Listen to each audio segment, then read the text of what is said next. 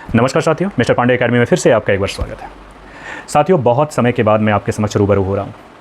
इसकी बहुत सारी वजह है और जो मेन वजह है, बीपीएससी जिस तरीके से जिस बुलेट की रफ्तार में अपने कार्य को बेहतर ढंग से संचालित कर रहा था, उसमें हम भी व्यस्त थे।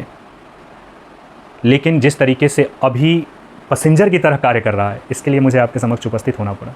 कुछ महत्वपूर्ण बिंदु लेकर मैं आपके समक्ष उपस्थित हूँ।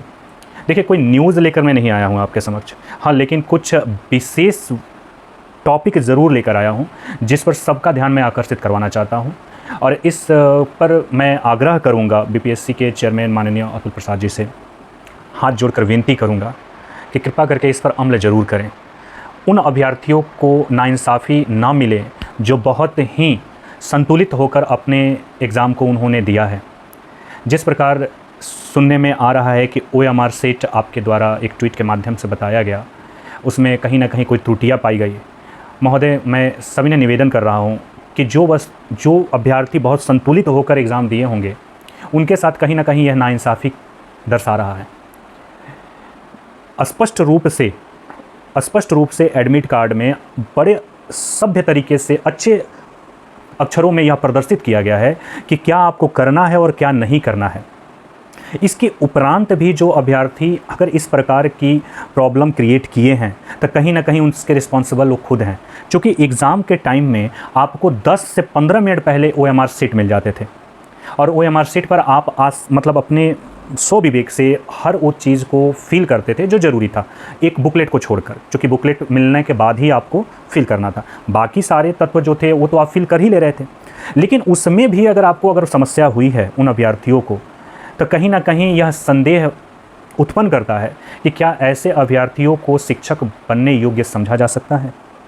देखिए, ये मेरा प्रश्न नहीं है, ये उन अभ्यर्थियों का प्रश्न है जो संतुलित ढंग से एग्ज़ाम दिए हैं और अपने अच्छे ढंग से यह सब फील करने के बाद उन्होंने एग्ज़ाम में अपना 100% दिया।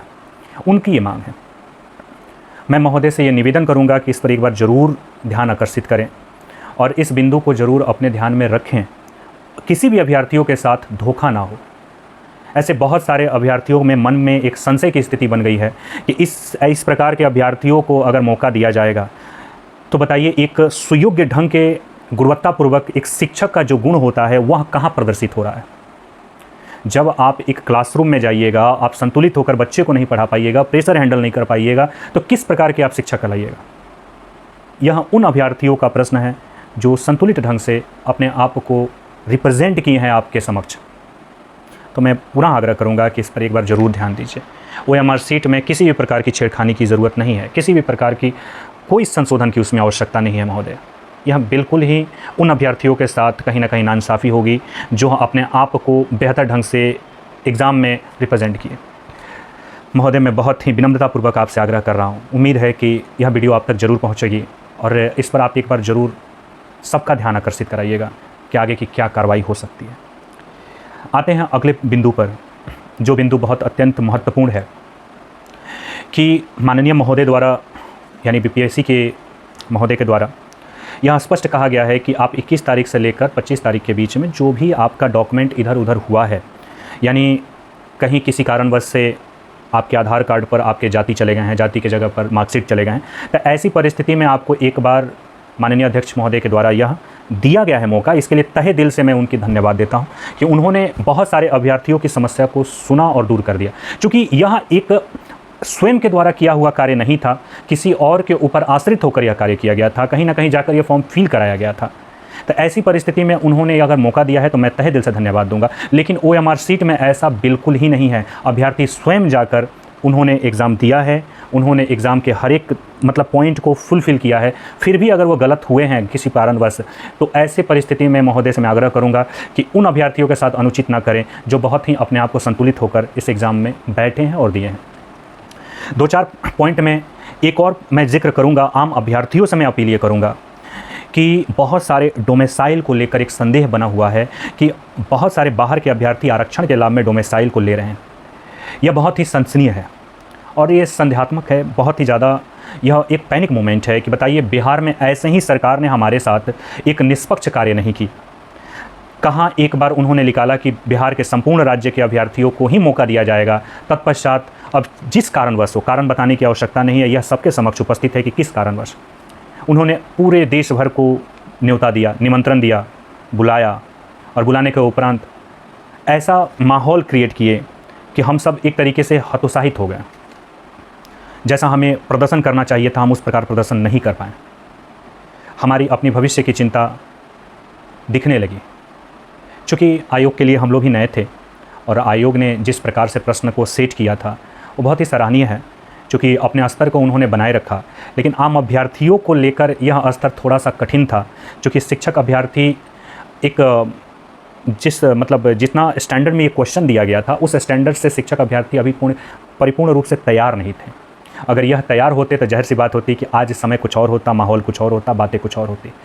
लेकिन फिर भी मैं बहुत ही सराहना करूंगा कि उन्होंने चलिए अपने गरिमा को बचाने के लिए, अपने तथ्यों को बचाने के लिए बहुत अच्छे ढंग से इसको सुझोया, बहुत अच्छे ढंग से उन्होंने रखा और अभ्यर्थियों के हर एक कदम पर उन्होंने साथ दिया। मैं विनती उनसे फिर एक बार करूँगा कि डोमिसाइल को लेकर एक ज़रूर ठोस रणनीति अपनाई जाए। अभ्यर्थियों से मैं भी अपील करूंगा कि जो भी आपके अगल बगल आस पड़ोस में ऐसे अभ्यर्थी मिले जिस पर आपका संदेह उत्पन्न होता है कि यह अभ्यर्थी जो हैं आपके क्षेत्र से, आपके जगह से, आपके आसपास से नहीं मिलते हैं, तो उन पर विशेषकर माननीय डीएम महोदय से अपील कीजिए। छोड़ना नहीं है, गलत गलत ही होता है, छोड़ना नहीं है, गलत गलत ही होता है। गलत तरीके से कोई भी आने का मतलब एक मन बनाएगा तो कहीं ना कहीं वो किसी न किसी बिहार के अभ्यर्थियों के साथ धोखा करेगा। और ये दायित्व तो हमारा है, चूँकि सीट हमारा है ना। माननीय महोदय से मैं अपील जरूर करूंगा कि वह भी अपने स्तर से करें, लेकिन अभ्यर्थियों का भी एक दायित्व है कि उनका भी ये दायित्व है कि सारे काम सरकार पे नहीं छोड़े जाते हैं, कुछ काम आपके लिए भी होते हैं। आप अपने स्तर से भी ध्यान में आकर्षित करके इस बिंदु को रख सकते हैं और प्रयास कर सकते हैं। साथ में एक बहुत ही सनसनी मामला मेरे सामने आया धांधली को लेकर। देखिए, मैं इसकी पुष्टि नहीं कर रहा हूं कि यह सत्य है या असत्य है, इसका पता तो आयोग और सरकार ही लगा पाएगा कि इसमें कितनी सत्यता है। लेकिन अगर यह मामला सामने आ रहा है, ओएमआर में बहुत कुछ सुनने को मिल रहा है।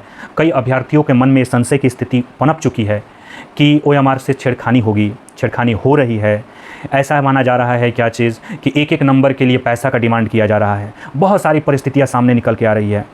क्या अगर यह बात सही है तो मैं आग्रह करूंगा बिहार सरकार से कि कृपा करके इस पर अंकुश लगाया जाए।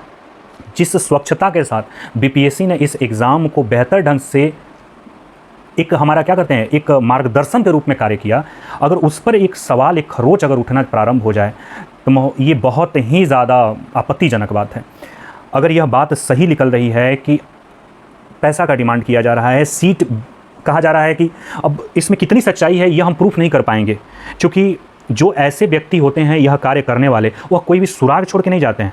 और कोई हम तो पुलिस है नहीं, हमारे पास एक सोर्स ऑफ इन्फॉर्मेशन के तौर पर, एक कथाकथित के तौर पर एक छात्र से दूसरे छात्र के कथाकथित अनुसार, जिस तरीके से कहा जाता है, जिस तरीके से बोला जाता है कि कहानी और कथाओं के माध्यम से किसी की गाथा जानना, सेम इसी प्रकार से कहानी और कथा के माध्यम से गाथा जान रहे हैं कि घूस की बात की रही है, डिमांड की बात कर रही है, पैसे की बात हो रही है।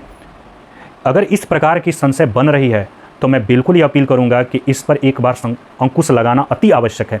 जिस तरीके से एग्ज़ाम को बेहतर ढंग से लगाया गया, बेहतर ढंग से रिप्रेजेंट किया गया, अगर इस तरीके से हवा उपट रही है, अगर ये धुआं निकल रहा है, तो इसका मतलब है कि कहीं ना कहीं आग की सुनगुनाहट लग रही है।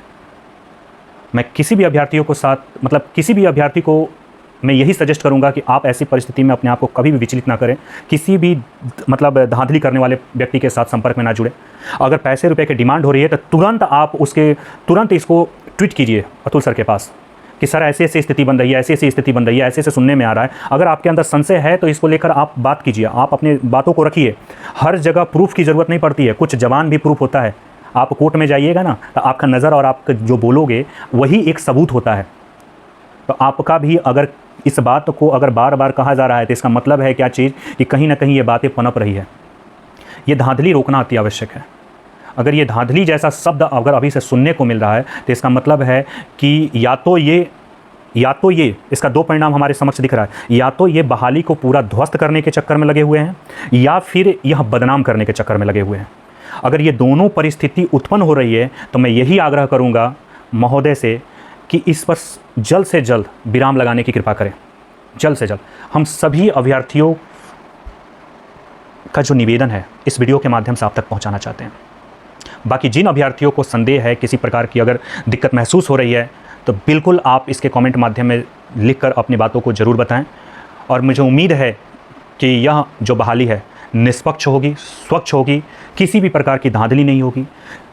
जो कहा जा रहा है कि आपका नंबर हम बढ़वा देंगे, इसमें हमको इतना रुपया दे दीजिए, OMR सीट में इस तरीके से काम होता है, कटिंग पेस्ट करके, मान लीजिए कि किसी का बी सीरीज़ है तो बी सीरीज़ दूसरे वाला जिसका 71-72 आ रहा है उसके सीरीज़ को हम उसमें लगा देंगे, नंबर बढ़ा देंगे। ऐसे ऐसे बातें अगर किसी से सुनने को मिल रही है, अभ्यर्थी ये चिंता में पड़ गए हैं, अभ्यर्थी एक तरीके से मानसिक तनाव में आ गए हैं कि क्या यह बात हकीकत है।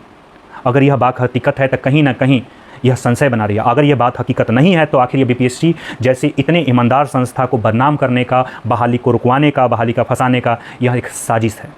यह दोनों के ऊपर अंकुश लगाने का कार्य हम माननीय अध्यक्ष महोदय से उम्मीद करते हैं। अब जितने भी अभ्यर्थीगण हैं सभी को मेरा नमस्कार।